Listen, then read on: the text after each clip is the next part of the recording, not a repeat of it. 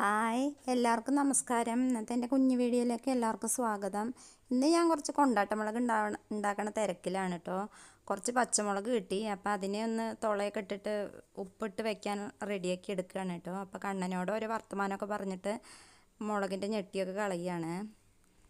ഉപ്പൊക്കെ ഇട്ടിട്ട് അതിൽ മോരും കൂടെ ഒഴിച്ചിട്ടാണ് കൊണ്ടാട്ടമുളകാക്കി എടുക്കണം. നിങ്ങളും അങ്ങനെയൊക്കെ തന്നെ ആയിരിക്കും. അപ്പം ഞാനും ഇങ്ങനെയാണ് കേട്ടോ ചെയ്യേണ്ടത്. ചിലർ പുളിയൊക്കെ ഒഴിച്ചിട്ടാണ് കൊണ്ടാട്ടമുളക് ഉണ്ടാക്കണത്. അപ്പം ഞാൻ തൈര് ഒഴിച്ചിട്ടാണ് കേട്ടോ ഉണ്ടാക്കണത്. ഉപ്പും തൈരും ഒക്കെയാണ് കുറച്ച് കൂടുതൽ തൈര് ഒഴിച്ച് കൊടുക്കുന്നുണ്ട്. അപ്പോൾ പെട്ടെന്ന് റെഡിയായി കിട്ടാൻ വേണ്ടിയിട്ടാണ്. അപ്പോൾ ഇത്രയും മുളകാണ് കേട്ടോ, ഒരുപാടൊന്നുമില്ല, കുറച്ച് മുളകുള്ളൂ. ഒരുപാട് മുളക് ആയാൽ പിന്നെ മുളക് കഴിക്കണ അത്ര നല്ലതൊന്നും അല്ലല്ലോ. അപ്പോൾ കുറച്ച് മുളകാണ് ഉണക്കിയെടുക്കുള്ളൂ. അത്യാവശ്യം എപ്പോഴെങ്കിലും ഒന്ന് കൊണ്ടാട്ടം വേണം തോന്നുമ്പോൾ വറുത്തെടുക്കാൻ വേണ്ടിയിട്ടാണ്. അപ്പോൾ ഇത്രയും മോരാണ് ഒഴിക്കണത്. ഇനി കുറച്ചും കൂടെ ഒഴിച്ചെടുക്കണം. അപ്പോൾ വീട്ടിലുള്ള മോര് ഒഴിച്ചു. ഇനി നാളെ ഉണക്കാൻ വെക്കുമ്പോൾ കുറച്ചും കൂടെ ഒഴിക്കണം. ആവശ്യത്തിന് ഉപ്പും കൂടെ ഇട്ട് കൊടുക്കുന്നുണ്ട് കേട്ടോ. ഇപ്പം ഇങ്ങനെ ആയിട്ടുണ്ട്. അപ്പോൾ ഇതിനി ഇങ്ങനെ അടച്ച് വെക്കുകയാണ്. പിന്നെ നാളെ രാവിലെ ആകുമ്പോൾ ഇനി വെയിലൊക്കെ ഉള്ളിടത്ത് കൊണ്ടുപോയി വെക്കാൻ കരുതിയിട്ട് വീടിൻ്റെ അടുത്തുള്ളൊരു വീടിൻ്റെ ഫ്രണ്ട് വശമാണ് കേട്ടോ അത്.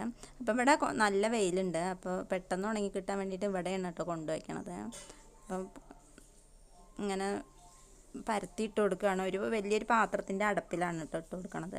അപ്പോൾ ഇതാവുമ്പോൾ അങ്ങനെ പൊടി ഒന്നും അധികം ഏൽക്കാത്ത സ്ഥലമാണ്. അപ്പോൾ പൊടിയൊന്നും, മറ്റേത് കാറ്റൊക്കെ അടിക്കുമ്പോൾ പൊടിയാവില്ലേ. അപ്പോൾ അതിന് വേണ്ടിയിട്ടാണ് കുറച്ച് ഹൈറ്റുള്ള സ്ഥലത്ത് കൊണ്ട് വെക്കണത്. ഇനി വൈകിട്ട് വരെ ഈ മുളക് ഈ വെയിലത്ത് കിടന്നിങ്ങനെ ഉണങ്ങും. വൈകുന്നേരം ആകുമ്പോൾ വീണ്ടും ഈ മുളകിനെ എടുത്തിട്ട് ആദ്യത്തെ തൈരിലേക്ക് തന്നെ ഇട്ട് വെക്കുകയാണ് ചെയ്യണത്. ഈ തൈര് നല്ല ടേസ്റ്റാണ് കേട്ടോ. ഈ മുളക് ഇട്ട് വെച്ച തൈര് കൂട്ടിയിട്ട് ചോറ് കഴിക്കാൻ നല്ലതാണ്. ഈ മുളകിൻ്റെ മുളകും പുളിയെല്ലാം കൂടെ ചേർന്നിട്ട് നല്ല ടേസ്റ്റുള്ളൊരു തൈരാണിത്.